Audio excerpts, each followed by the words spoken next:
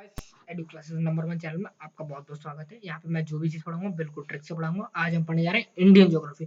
बिना टाइम बर्बाद करके सीधे टॉपिक पे आएंगे, तो हम चलते हैं सीधे।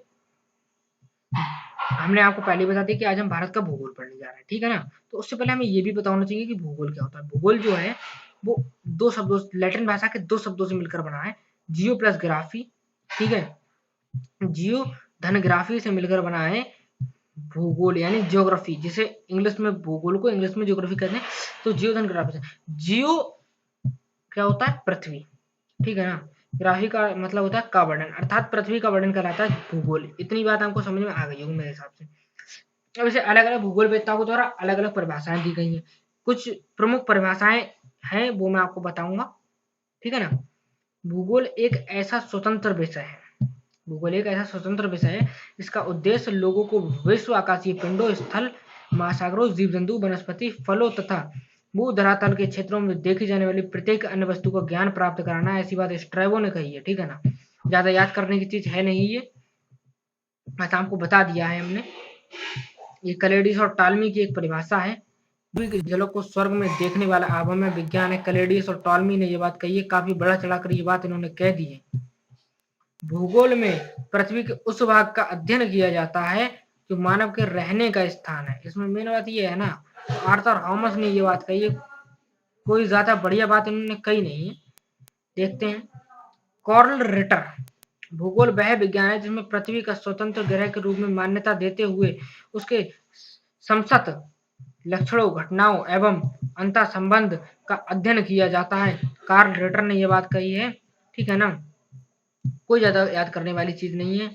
20वीं शताब्दी के आरंभ में भूगोल को स्वतंत्र विषय के रूप में मान्यता मिल गई थी। आगे बढ़ते हैं, क्या है इसकी दो विचारधाराएं थी। विचारधाराएं जो थी वो दो थी, ठीक है ना। पहली थी संभववाद, संभववाद थी, संभववाद है ना। सॉरी संभववाद गलत लिखा, वो लिखा हुआ है, अंकी बिंदी लगेगी। इसके अनुसार मनुष्य अपने पर्यावरण में परिवर्तन करने में समर्थ है तथा प्रकृति प्रदत्त अनेक संभावनाओं को अपनी इच्छा के अनुसार उपयोग कर सकता है। इसमें क्या कहा गया है देखिए, जो मनुष्य है वो पर्यावरण को अपने हिसाब से चला सकता है ना। तो ऐसा गलत, मेरे हिसाब से गलत है। तो इसके विचारधारा के समर्थक जो थे वो वाइडल डिला और फेब्रे थे। ये बात याद करने की है, स्क्रीनशॉट ले सकते हैं, लीजिए, ले लिया होगा। नियतिवाद पढ़ते हैं, इसकी दूसरी विचारधारा है। इसमें क्या है, इसके अनुसार पर्यावरण है वो मनुष्य को अपने हिसाब से चलाएगा, ऐसा कहा गया है। ऐसा चलाएगा नहीं, चला सकता है, ठीक है ना। ऐसा इसमें जो ज्यादातर कार्य होते हैं वो पर्यावरण द्वारा निर्धारित होते हैं। इसमें स्वेच्छा पूर्वक कुछ करने की स्वतंत्रता कम है मनुष्य को, है ना। स्वतंत्रता कम है मनुष्य को अपने इच्छा के अनुसार कार्य करने की प्रकृति में। इसके समर्थक जो थे वो भूगोलवेत्ता रेटर थे, है ना, रेडजल थे, एलन सैम्पल थे और हटिंगटन थे। हटिंगटन, ये बात मैंने आपको बताया था कि समर्थक याद करने की चीज है, ठीक है ना। तो ये याद करिए, ठीक है ना, स्क्रीनशॉट ले लिया होगा। ये ध्यान देने वाली बात क्या है, भूगोल तीन चीजें इसमें बस याद करने की है। भूगोल का जनक, वर्तमान भूगोल का जनक, सॉरी वर्तमान भूगोल का जनक इतना आता नहीं है, व्यवस्थित भूगोल का जनक और ज्योग्राफिका शब्द का प्रथम प्रस्तावक इरेटास्थनीज थे। भूगोल के जनक हिकेटियस थे और व्यवस्थित भूगोल के जनक भी इरेटास्थनीज थे। यहाँ पे ये बात याद करने की है, तीन स्क्रीनशॉट ले सकते हैं, ठीक है, स्क्रीनशॉट ले लिया होगा, ठीक है। नीचे आते हैं, इसमें दो चीजें यहाँ पे याद करने की हैं। पहला क्या है, विश्व ग्लोबल का निर्माता मार्टिन बेहम है, मार्टिन बेहम। और विश्व मानचित्र के निर्माणकर्ता एनेक्सीमेंडर, एनेक्सीमेंडर। स्क्रीनशॉट ले लें, रुकिए 1 मिनट, यहाँ पे आप हम टिक लगा देते हैं, यही याद करने हैं, ठीक है ना। ये मेन है, ये भी कर सकते हैं विश्वकोश का रचनाकार, ठीक है ना, स्ट्राबो, विश्वकोश का रचनाकार, ठीक है, कर सकते हैं स्ट्राबो। नीचे बढ़ते हैं, अब हम अपने टॉपिक पर आ गए हैं, इंडिया साइज एंड लोकेशन। ये पॉलिटिकल मैप है इंडिया का, ठीक है, सॉरी। और यहाँ पे आ जाते हैं हम, भारत एक विशाल देश है, ये सब बता दूंगा मैं, मैप में समझा दे रहा हूँ आपको सब, ठीक है ना। क्या है ये देखिए क्या लिखा हुआ था, ये 8 degree 4 minute north, 37 degree 6 minute north, इधर ये 68 degree 60 degree 68 degree 7 minute east और 97 डिग्री 25 मिनट ईस्ट, ये लिखा हुआ है ना। इनके बीच में भारत की मुख्य भूमि है, ठीक है ना, इन अक्षांश और देशांतरों के बीच में, ठीक है ना। और कुछ नहीं है यहाँ पे, ठीक है, आगे बढ़ते हैं। और कोई ज्यादा बात यहाँ पे लिखी हुई है नहीं। हाँ, यहाँ पे ट्रिक आ गई है एक, मैंने कहा था बस ट्रिक पढ़ेंगे आप, टाइम बर्बाद नहीं करूंगा बिल्कुल आपका, एकदम रटाऊंगा कुछ नहीं। ट्रिक क्या आया है, मित्र पर गमछा झार, ठीक है ना। कर्क रेखा भारत के 8 राज्यों से होकर गुजरती है, ये मैंने बता दे रहा हूँ आपको, पता होगा वैसे। जो इक्वेटर होता है ना, ग्लोब है ये, अरे सॉरी, ये ग्लोब है, इसके जो 0 डिग्री होती है, 0 डिग्री, इसके 23 डिग्री ऊपर जो रेखा होती है ना, उसे कहते हैं कर्क रेखा, और जो नीचे होती है 23 डिग्री, उसे कहते हैं हम मकर रेखा, है ना। तो जो कर्क रेखा है वो भारत से गुजरती है, तो वो कौन कौन से राज्यों से होकर गुजरती है, उसकी ट्रिक मैंने बनाई है, ये है मित्र पर गमछा झार। तो क्या है, मी से मिजोरम, ठीक है, त्रा से त्रिपुरा, मित्र हो गया ना, मित्र कंप्लीट। पर से क्या है देखिए, पा से पश्चिम बंगाल, पा से पश्चिम बंगाल, रा से राजस्थान, ये पर हो गया, पर हो गया ना, पर हो गया। तो आगे बढ़ते हैं, गमछा का क्या होगा, गमछा का क्या होगा देखिए, गमछा का गा से गुजरात है, माँ से मध्य प्रदेश है, छा से छत्तीसगढ़ है, गमछा भी हो गया देखिए, गमछा हो गया, गमछा हो गया ना। तो झार पे आते हैं, झार से झारखंड है, बस इतना याद करना है, स्क्रीनशॉट ले सकते हैं, यहाँ पे ले लिया होगा, ये भी हो गया होगा। क्षेत्रफल की बात करें तो भारत का कुल क्षेत्रफल 32,87,263 वर्ग किलोमीटर है, जो कि विश्व के क्षेत्रफल का 2.42% है। भारत क्षेत्रफल की दृष्टि से 7वें स्थान पर है। भारत की क्षेत्रफल की दृष्टि से विश्व के 7 बड़े देश जो हैं, उसकी भी ट्रिक बन गई है आरसी क्यूबा, लेकिन इसमें थोड़ी सी दिक्कत है, वो मैं आपको समझा दूंगा, लेकिन आ जाएगी समझ में, इतना मैं कह रहा हूँ। आरसी क्यूबा जो है, जैसे रॉयल चैलेंजर्स बेंगलोर है आईपीएल की टीम, ऐसे ही लिख लेंगे रॉयल चैलेंजर्स क्यूबा, है ना। तो थोड़ा सा ट्रिक में गलती है, वो थोड़ा सा बन नहीं पा रही थी, इसलिए मैंने ये बनाया, ठीक है ना। ये सॉरी, यहाँ पे ये यू है ना, ये पहले आएगा, सी से पहले यू आएगा, सी से पहले यू आएगा, ये यू पहले आएगा, लेकिन तो बन नहीं पा रहा था ट्रिक, इसलिए मैंने यू बाद में लिखा, इसलिए क्यूबा बनाया। अब ऐसे भी याद रख सकते हैं, रसिया कनाडा है ना, तो कनाडा के पास में यूएसए है, पहले यू आएगा ना, दूर क्यों भेज रहे हो उसे, है ना। तो पहले कनाडा ले लेंगे, वो यूएसए ले लेंगे चाइना से पहले, तो उसे याद करने की ट्रिक क्या है, आर सी क्यूबा, उसे याद करनी थी, आर से रसिया, सी से कनाडा, यू से यूएसए। अब क्या है देखिए, आर से रसिया है, लेकिन ट्रिक है R C Cuba, R C Cuba, R C Cuba है ना, आर सी क्यूबा ट्रिक है, लेकिन आर सी यूकुबा बन नहीं थी, यूसी भी है, आर सी यूसी भी है, आर सी क्यूबा ट्रिक है, तो बन नहीं पा रहा था, इसलिए मैंने ऐसा किया है, ठीक है ना, इसलिए मैंने ये कर दिया। आर सी क्यूबा बनाने के लिए पहले रसिया, सी से कनाडा, और कनाडा के पास में यूएसए, तो यूएसए पहले ले आओ, चाइना बाद में ले आओ, फिर ब्राजील करो, फिर ऑस्ट्रेलिया करो, और फिर तो इंडिया आ ही जाता है अपना 7वें स्थान पर, ठीक है ना। ये भी ट्रिक हो गई, बिल्कुल रटवाऊंगा नहीं एक भी चीज। ये देखिए ग्राफ आ गया, और देखिए 9.62 है, ये 9.59 है, दिख रहा होगा ना, कोई ज्यादा अंतर है चाइना और यूएसए के एरिया में ना, कोई ज्यादा अंतर नहीं, लेकिन कनाडा के पास में यूएसए है, तो यूएसए पहले ले आओ, और याद करो आरसी क्यूबा के नाम से, याद रहेगा ना, बस थोड़ा सा ध्यान देने की चीज, वरना ट्रिक तो पूरी कामयाब है, ठीक है।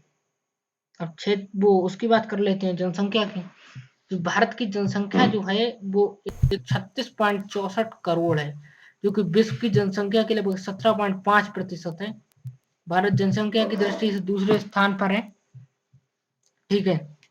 इसमें भी ध्यान देने वाली बात क्या आ गई, तो देखिए ये वाली थोड़ी छोटी मोटी चीजें हैं, लेकिन कुछ चीजें आपको शायद ना पता हो, कुछ पता भी होंगी, कुछ को पता होंगी, कुछ को नहीं पता होंगी। ये तो पता ही होगा सबको कि जो सबसे अधिक जनसंख्या वाला राज्य कौन सा है? यूपी। सबसे कम जनसंख्या वाला सिक्किम। सबसे अधिक जनसंख्या घनत्व वाला राज्य बिहार है। और सबसे कम जनसंख्या घनत्व, घनत्व मतलब आप समझ रहे हैं ना, जनसंख्या घनत्व, पॉपुलेशन डेंसिटी, ये तो पता होगा ना जनसंख्या घनत्व। इसका मतलब होता है एक स्क्वायर किलोमीटर में, एक स्क्वायर किलोमीटर के एरिया में कितने लोग रह रहे हैं, एक स्क्वायर किलोमीटर के एरिया में कितने लोग रह रहे हैं, वही रह जाता है, उसे कहते हैं हम जनसंख्या घनत्व। तो आगे बढ़ते हैं। ये कुछ जनसंख्या के हिसाब से कुछ देश हैं 8, इसकी ट्रिक अभी है नहीं, लेकिन शॉर्ट्स में मेरे पास लिखी हुई रखी है, वीडियो में नहीं डाल पाया। शॉर्ट्स में मैं आपको इसकी ट्रिक दूंगा, ठीक है ना, देखें जरूर। भारत का उत्तर से दक्षिण विस्तार जो है 32-14 किलोमीटर है। 32-14 किलोमीटर मैप में समझा देता हूँ, ठीक है ना, कहाँ ये थ्योरी पढ़ा था। देखिए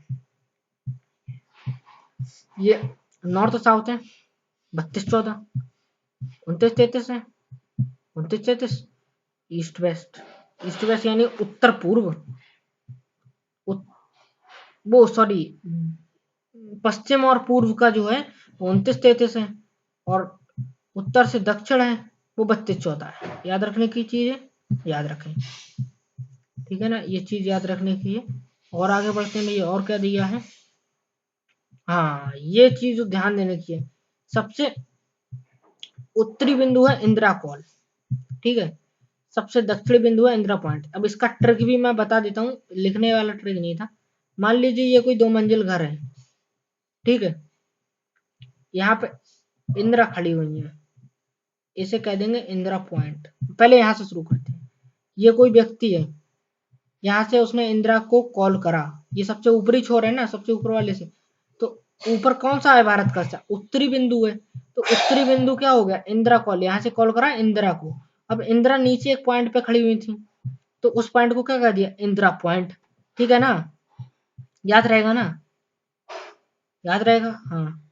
तो ठीक है, फिर क्या है, भारत का पूर्वी बिंदु, भारत का पूर्वी बिंदु जो बालांगी में है, वो सॉरी बालांगू है, अरुणाचल प्रदेश में जो है, ठीक है ना। अब इंदिरा पॉइंट का पुराना नाम क्या था? तो उसका नाम था पिगमिलियन पॉइंट, पिगमिलियन पॉइंट इसका पुराना नाम था। बहुत क्वेश्चन पूछा जाता है ये। बालांगू अरुणाचल प्रदेश में है, पूर्वी बिंदु है। पश्चिमी बिंदु सरक्रीक है गुजरात में।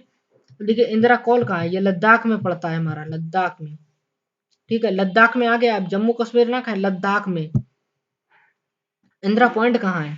तो इंदिरा पॉइंट जो है वो है अंडमान एंड निकोबार में, अंडमान एंड निकोबार में है, ठीक है ना। आगे बढ़ते हैं। भारत की स्थल सीमा की लंबाई जो है वो 15,200 किलोमीटर है। भारत के तटीय भाग की लंबाई 7,516.5 किलोमीटर है, परंतु मुख्य भूमि के तटीय भाग की लंबाई 6100 किलोमीटर। अब मुझे आपको समझ में नहीं आ रहा होगा मुख्य भूमि क्या है, मुख्य भूमि के तटीय भाग क्या है, और तटीय भाग क्या है। अब देखिए इसका क्या मतलब है, देखिए मैप में ले चलता हूं दोबारा। देखिए ये जो भारत की ये जो है, ये जो है ये पूरी नीचे तक, ये यहाँ से लेके यहाँ तक की ये सब मुख्य भूमि है, ठीक है ना। तो पूरा मैप आपको दिख रहा है जो आप समझते हैं। अब ये जो ये बाहर की है ये चीज, अंडमान एंड निकोबार द्वीप, लक्षद्वीप, यहाँ पे दमन एंड दीव का एक हिस्सा छोटा सा है कहीं पे बाहर, थोड़ा सा दिख नहीं रहा है इसमें, ठीक है ना।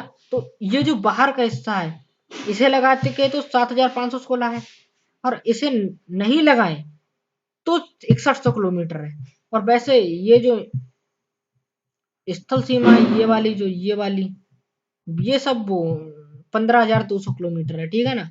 इसका भी ये दे दिया है ना। सबसे ज्यादा कोस्ट लाइन यानी तटीय सीमा किस राज्य की है? तो 12 से 14.7 है गुजरात की। और सबसे कम गोवा की है, लेकिन ये दमन एंड दीव के साथ दी हुई है। वैसे इसकी तटीय सीमा है 101 किलोमीटर तटीय सीमा है, सबसे कम गुजरात की है, ठीक है ना। और अगर यूनियन टेरिटरी के हिसाब से लगाएं तो सबसे कम पांडुचेरी की है और सबसे ज्यादा अंडमान की है। ठीक है, आगे बढ़ते हैं। ये मैंने बता दिया आपको। भारत के पड़ोसी देश पर आते हैं अब हम। देखिए, भारत में कुल 28 राज्य, 28 और 9 केंद्र शासित प्रदेश हैं, ये आपको पता ही होगा। भारत के 17 राज्यों की सीमा पड़ोसी देशों से मिलती है। चलो ठीक है, आगे बढ़ते हैं। अब क्या है, अब भाई इसकी भी ट्रिक मैंने बना दी कि किन किन देशों से मिलती है।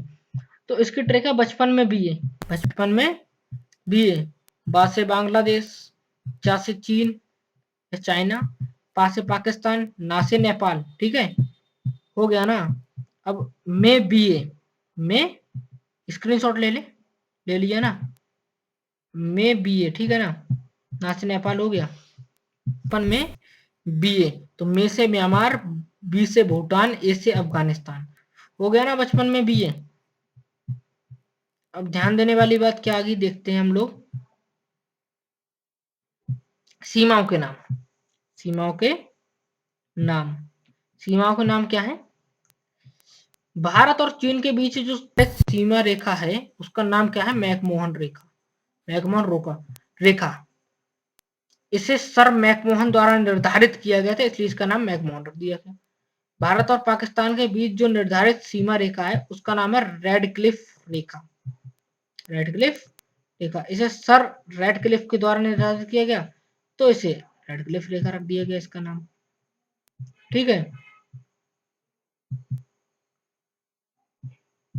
भारत और अफगानिस्तान के बीच कौन सी, डूरंड रेखा, डूरंड रेखा। इसे सर डूरंड के द्वारा ही निर्धारित किया गया था। आप कहेंगे अरे सब सर डूरंड के सर के द्वारा निर्धारित किए गए थे, उनका नाम भी उसी हिसाब से रख दिया, लेकिन ये सच बात है। तो भारत और श्रीलंका के बीच जलीय सीमा है, जलीय सीमा। ठीक है ना, मन्नार की खाड़ी और पाक जलडमरू मध्य के द्वारा ये अलग होती है। इसके भारत और श्रीलंका के बीच में मन्नार की खाड़ी और पाक जलडमरू मध्य यानी पाक स्ट्रेट, वही बात है, स्ट्रेट जलडमरू मध्य, खाड़ी तो आपको पता ही होगा। अब भारत की मानक समय रेखा, इस पे भी बात करेंगे, है ना। भारत की मानक समय रेखा क्या है, 82 डिग्री 30 मिनट देशांतर, इलाहाबाद के निकट मिर्जापुर से गुजरती है, जो ग्रीनविच समय रेखा से 5.5 घंटे आगे है। ठीक है ना, जो ग्रीनविच जो लंदन से गुजरती है 0 डिग्री जो है, ठीक है ना, ग्रीनविच जो लंदन से गुजरती है, लॉन्गिट्यूड, लॉन्गिट्यूड मुझे इंग्लिश में पता है, हिंदी में थोड़ा कम जानते हैं। ये देखिए जो समय मानक रेखा है ये भारत के 5 राज्यों से होकर गुजरती है। कौन कौन से हैं, तो रटाएंगे क्यों भाई, ट्रिक है, ट्रिक, इसका भी ट्रिक है, रटाएंगे बिल्कुल भी नहीं। इसके ट्रिक है उमाकू, उमाकू क्या, कुछ नहीं, बस उमाकू। उमा से, यू से उत्तर प्रदेश, एम से मध्य प्रदेश, ए से आंध्र प्रदेश, सी से छत्तीसगढ़, ओ से उड़ीसा, ओ से उड़ीसा। मार लीजिए स्क्रीनशॉट इसका भी, हो गया होगा ना। रटाएंगे कुछ भी नहीं, बिल्कुल कुछ नहीं रटाएंगे। साक्षरता दर की बात करें, साक्षरता दर की बात करें तो भारत की साक्षरता दर जो है वो 77.7% है 2020 के अनुसार। 2021 में अभी कोई इसकी कोई सर्वे हुई नहीं है, इसलिए इसका सोर्स 2021 का कोई मुझे मिला नहीं, इसलिए मैंने 2020 का ही डाला। 77.7% है। अब आपको बता दूं सबसे अधिक साक्षरता दर वाला राज्य जो है वो केरल है, ये लिख लें आप। और सबसे कम जो साक्षरता दर वाला राज्य है वो बिहार है, लिख सकते हैं, यहाँ पे लिखा नहीं गया है। तो गाइस मुझे उम्मीद है कि आपको वीडियो पसंद आई होगी। सामान्य जानकारी में बस यही रहा। अब भारत के जो फिजिकल फीचर्स होंगे उसके बारे में मैं आपको अगली वीडियो में पढ़ाऊंगा। तो अगर वीडियो पसंद आई हो तो लाइक करें, अपने फ्रेंड्स के साथ शेयर करें और चैनल को सब्सक्राइब जरूर करें।